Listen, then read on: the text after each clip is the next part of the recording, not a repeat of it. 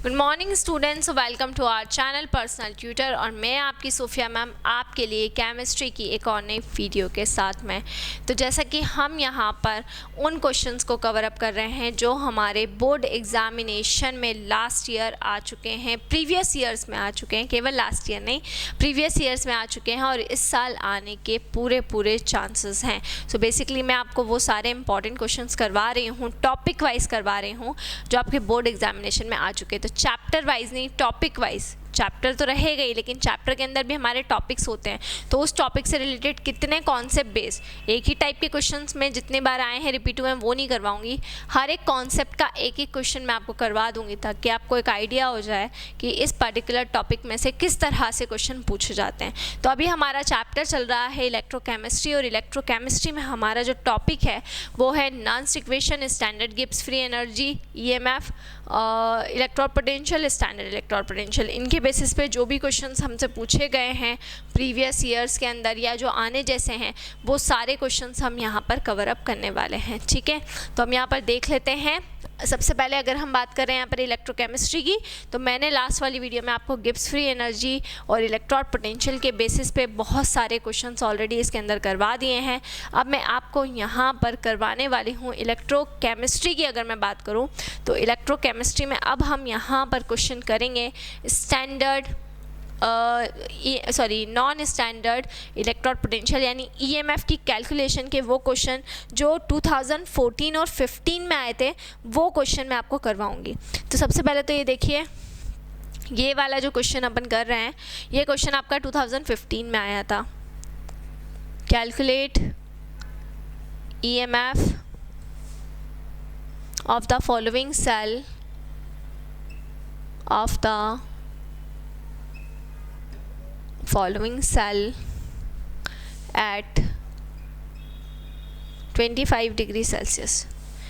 ठीक है, EMF निकालना है 25 डिग्री सेल्सियस के ऊपर, आपको यहाँ पर EMF निकालना है। तो देखिए EMF कैसे निकालेंगे आप, ये जिंक है ना, और जिंक आई में चेंज हो रही है, जिंक कन्वर्ट हो रही है Zn+2 में।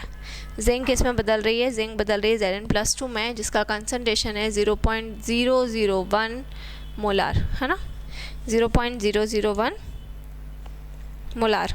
ठीक है, फिर H+ है यहाँ पर, और H+ जो है उसका कंसंट्रेशन है 0.01 मोलार, है ना, और ये कन्वर्ट हो रहा है H2 के अंदर कितने प्रेशर पर, 1 बार प्रेशर पर एट प्लेटिनम वायर। ठीक है, ये आपको एक सेल रिएक्शन दे रखी है। अब इसमें हमें E0 दिया हुआ है, किसका E0 दिया हुआ है इसके अंदर, Zn का, Zn+2 और Zn, इसका हमें E0 दिया हुआ है जो कि कितना है -0.76 वोल्ट, है ना, और इलेक्ट्रोड स्टैंडर्ड इलेक्ट्रोड पोटेंशियल आपको दिया हुआ है H+H2 का जो कि कितना है 0.00 वोल्ट, है ना। तो ये हमारा जो क्वेश्चन है, ये क्वेश्चन आपका लगभग आ चुका है 2015 में, ये क्वेश्चन आया है। एक बार मैं आपको और कंफर्म देखकर और बता देती हूँ कि क्वेश्चन कब आया है। क्वेश्चन ये आ चुका है, ये क्वेश्चन आपका आया है 2015 का ये क्वेश्चन है। तो 2015 में हमारा ये क्वेश्चन आया था।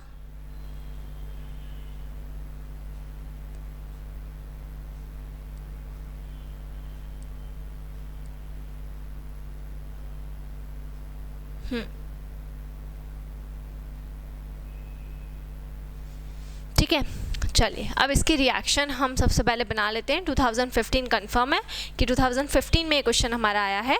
अब इसकी रिएक्शन हम किस तरीके से देखते हैं, देखिए जिंक Zn+2 में बदल रहा है जैसा कि आपको पता है, देखिए रिएक्शन बनाने का जब भी सेल के फॉर्म में क्वेश्चन आपको मिलता है तो सेल के फॉर्म में जब भी आपको क्वेश्चन मिले तो उसको रिएक्शन फॉर्म में कन्वर्ट करने का बहुत ही आसान तरीका होता है। देखिए ये हाफ सेल है, ये जो है ये आपका एक हाफ सेल ये है ना, ये आपका हाफ सेल है और ये आपका हाफ सेल है। एक बात मैं आप लोगों को बता दूं कि जो हाइड्रोजन होता है, हाइड्रोजन का जो इलेक्ट्रॉड पोटेंशियल होता है वो ज़ीरो होता है। हाइड्रोजन को स्टैंडर्ड हाइड्रोजन इलेक्ट्रॉड माना जाता है ना।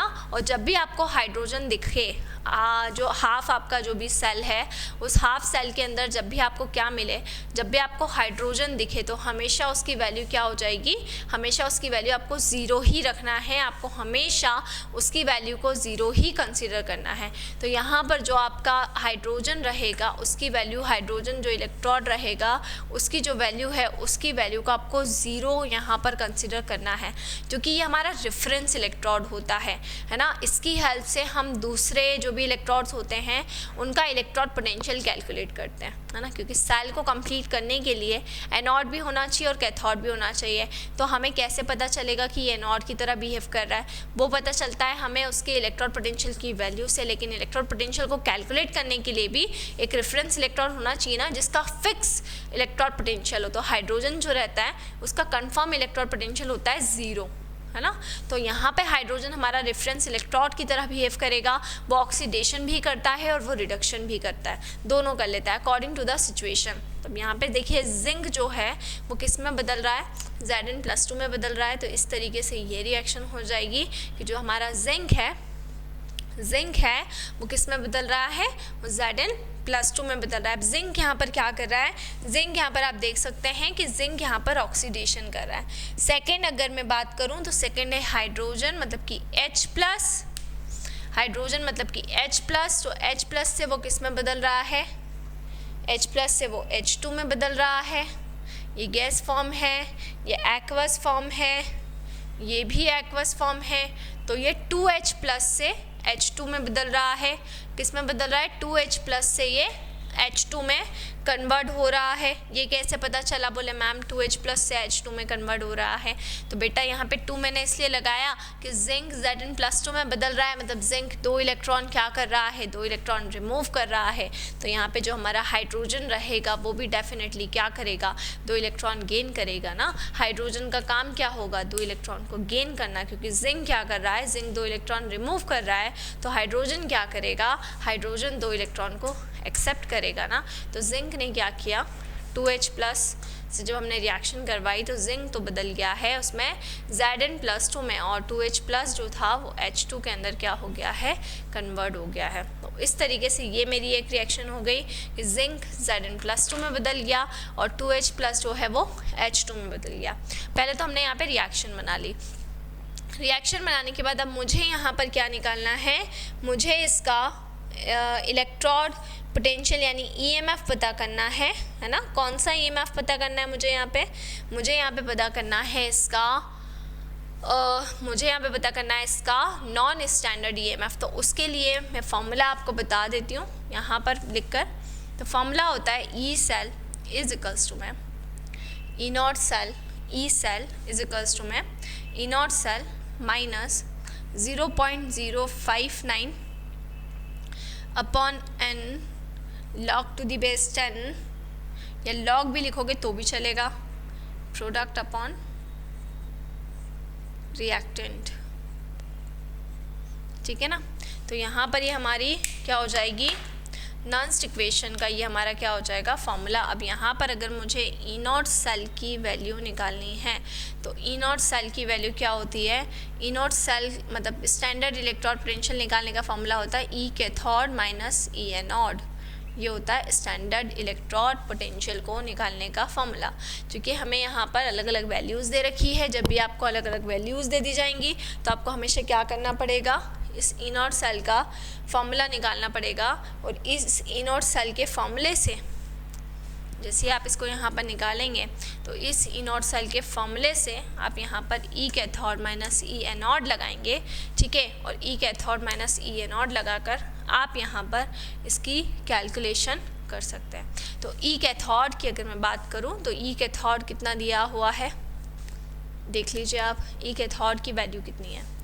देखिए अगर हम ई कैथोड की बात करें तो ई कैथोड कितना है, देखिए ये आपका क्या हो जाएगा, ये आपका क्या कर रहा है ऑक्सीडेशन, तो ये एनोड हो गया है और ये आपका हो गया कैथोड। तो ये कितना है, ये आपका है 0 मान लो, है ना, ई कैथोड 0 है और ये कितना है 0.76, है ना।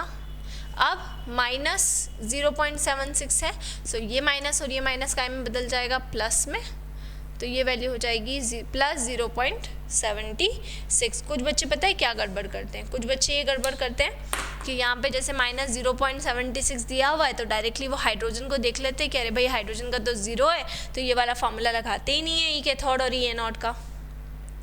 और डायरेक्ट जो आपका स्टैंडर्ड इलेक्ट्रॉन पोटेंशियल होता है, उस स्टैंडर्ड इलेक्ट्रॉन पोटेंशियल में कौन सी वैल्यू डाल देंगे, डायरेक्टली उस स्टैंडर्ड इलेक्ट्रॉन पोटेंशियल के अंदर ये जो वैल्यू आपकी आएगी प्लस में, ये वाली वैल्यू डाल देंगे, तो वो गलत हो जाएगा। ठीक है, तो ऐसा आपको बिल्कुल भी नहीं करना है, तो ये बात ध्यान रखें।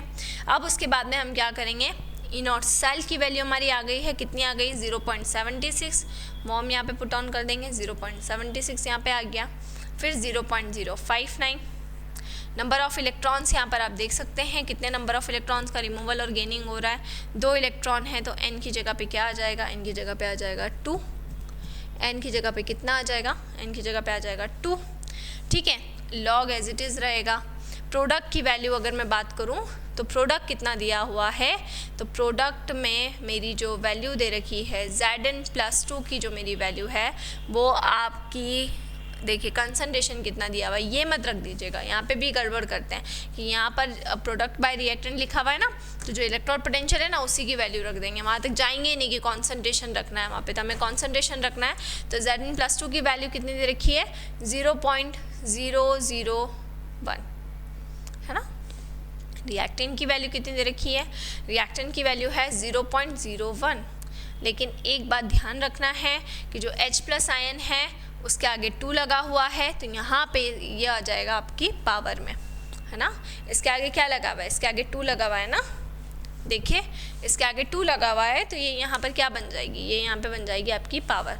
तो ई नॉट सेल की जो वैल्यू थी मेरी वो मैंने निकाली, किससे निकाली, ई कैथोड माइनस ई एनोड से निकाली। ठीक है, ई एनोड माइनस ई कैथोड से मैंने वैल्यू निकाली। जैसे ही मैंने वैल्यू निकाली है,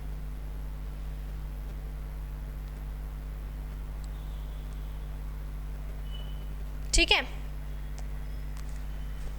तो ये हमने वैल्यू निकाली, जो ई नॉट सेल की वैल्यू थी 0.059 एज इट इज़।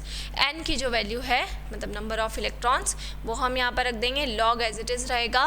प्रोडक्ट की जगह पे प्रोडक्ट रख देंगे, रिएक्टेंट की जगह पे क्या रख देंगे, रिएक्टेंट रख देंगे। इतना आपको समझ में आ गया होगा। ठीक है, अब हम क्या करेंगे, 0.76 minus 0.059 divided by 2, log as it is रहेगा 0.001 अपॉन में 0.01 इंटू 0.01।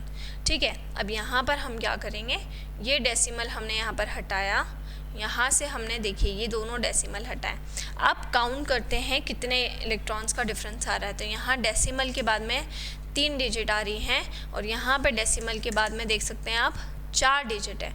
ऊपर 3 है और नीचे कितनी है, नीचे है आपकी 4 डिजिट, है ना। ऊपर 3 है और नीचे कितनी है, नीचे आपकी 4 डिजिट है। तो यहाँ पर क्या होगा, ऊपर एक 0 अपन क्या कर देंगे, बढ़ा देंगे। ऊपर एक 0 क्या हो जाएगा, ऊपर एक 0 बढ़ जाएगा, क्योंकि यहाँ पर डेसिमल के बाद में 3 थे और यहाँ पर डेसिमल के बाद में 4 थे, तो ऊपर एक 0 क्या हो गया, ऊपर एक 0 बढ़ गया है। तो ये हो गया 0.76 माइनस 0.059 अपॉन में 2 और यहाँ पे हो जाएगा log टू दी बेस 10 और 10, है ना। यह आ गया log टू दी बेस 10 और 10।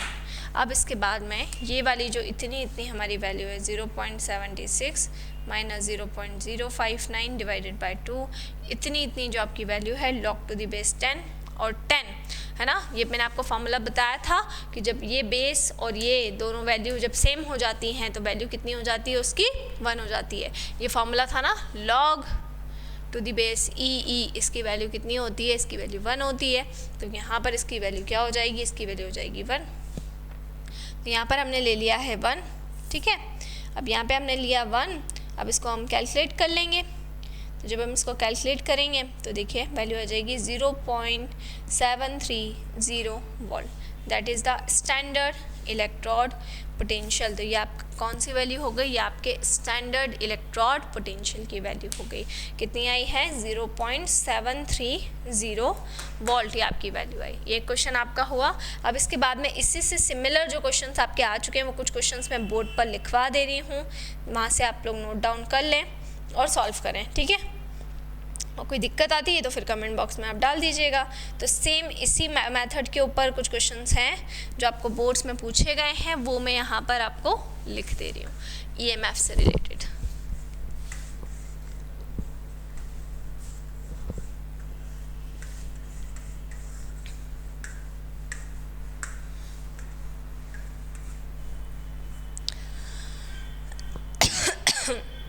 चलिए तो देख लेते हैं हम यहाँ पर। तो अगली जो हमारी नेक्स्ट रिएक्शन है जो पूछी गई है वो है कैलकुलेट ईएमएफ। हमको क्या कैलकुलेट करना है, ईएमएफ कैलकुलेट करना है। और एक रिएक्शन आपको दे रखी है, ठीक है, 2Cr plus 3Fe plus 2Cr plus 3Fe plus 2, इसका कंसंट्रेशन दिया हुआ है 0.1 मोलार, ठीक है। और इससे बन रहा है 2Cr3 प्लस 0.01 मोलार, ठीक है, और प्लस 3Fe, ठीक है। तो ये हो जाएगा। उसके बाद में नेक्स्ट हो जाएगा, इसमें इनॉट सेल की वैल्यू दे रखी है। इनॉट सेल की वैल्यू Cr की कितनी दे रखी है, -0.74 वोल्ट, ठीक है। और इनॉट सेल की वैल्यू दे रखी है, इनॉट सेल की वैल्यू किसके लिए दे रखी है, आयरन के लिए, Fe प्लस 2 Fe। ये जो आपकी वैल्यू दे रखी है -0.44 वोल्ट। तो देखिए इस क्वेश्चन में भी आपको ईएमएफ निकालना है। बहुत इजीली आप क्या करेंगे, पहले स्टैंडर्ड इलेक्ट्रोड पोटेंशियल का फॉर्मूला लगाएंगे जो कि क्या होता है, E के third minus E A not. और उस फॉर्मूले से पहले आप इनॉट सेल की वैल्यू निकाल लेंगे। जैसे ही आपकी इनॉट सेल की वैल्यू आ जाती है उसको आप नॉन्स इक्वेशन के फॉर्मूले में आपको पुट करना है और उसमें रख कर आप फिर किसकी वैल्यू निकाल लेंगे, इलेक्ट्रोड पोटेंशियल यानी ईएमएफ की वैल्यू आप यहाँ पर कैलकुलेट कर लेंगे। फिर एक क्वेश्चन मैं आपको और बता दे रही हूँ जो आपको पूछा गया है। ये क्वेश्चन आपका 2016 में पूछा गया है। फिर सेकंड क्वेश्चन, ये वाला जो आपका क्वेश्चन है ये भी आपका 2016 में आया हुआ है। तो कैलकुलेट द ईएमएफ, क्या निकालना है, अगेन वही आपको ईएमएफ की ही कैलकुलेशन करना है। क्वेश्चन है Fe से Fe प्लस 2 0.001 मोलार, ठीक है। उसके बाद में H प्लस 0.01 मोलार, ठीक है, H2 गैस 1 बार पर PT पर, ठीक है। इसमें अगर हम बात करें इनॉट सेल की Zn प्लस 2 Zn, ठीक है। तो ये वैल्यू आपको दे रखी है -0.76 वोल्ट। और अगर हम सेकंड बात करें H प्लस H2 की तो ये वैल्यू आपको दे रखी है 0, ठीक है। तो ये आपके दो क्वेश्चंस मैंने आपको लिखवाए जो आपसे, देखिए ये वाले जो क्वेश्चंस हैं आपको ये बोर्ड्स में पूछे गए हैं। तो ये आप लोग कैलकुलेट करिएगा, सेम कॉन्सेप्ट लगेगा और सेम कॉन्सेप्ट से आप इसको कर सकते हैं। ये 2015 में आया है, ये 2016 में आया हुआ है, ठीक है। तो ये ईएमएफ और गिब्स फ्री एनर्जी के जो क्वेश्चंस थे कॉन्सेप्ट बेस्ड, ये मैंने आपको कंप्लीट करवा दिए। इस तरह के क्वेश्चंस आपसे बोर्ड में पूछे जाते हैं। कल हम इसका जो पार्ट 2 है हमारे इलेक्ट्रोकेमिस्ट्री का यानी कि कंडक्टेंस वाला पार्ट, उससे रिलेटेड जितने भी इंपॉर्टेंट क्वेश्चन हैं वो सारे इंपॉर्टेंट क्वेश्चन कल हम डिस्कस करेंगे। सो इसी तरह से जुड़े रहिए हमारे साथ में, वीडियोस को लाइक करते रहिए, चैनल को सब्सक्राइब करना ना भूलें। और दूसरी चीज़, हमने आप लोगों के लिए हमारा एक दूसरा चैनल भी बनाया है, पर्सनल ट्यूटर 2। तो अब आपको हमारे वीडियो लेक्चर्स पर्सनल ट्यूटर 1 और पर्सनल ट्यूटर 2 दोनों पर अवेलेबल रहेंगे। तो पर्सनल ट्यूटर 2 को, हमारे चैनल को जल्दी से जाकर सब्सक्राइब करें, उसे लाइक करें और उसे ज़्यादा से ज़्यादा शेयर करें। Thank you so much.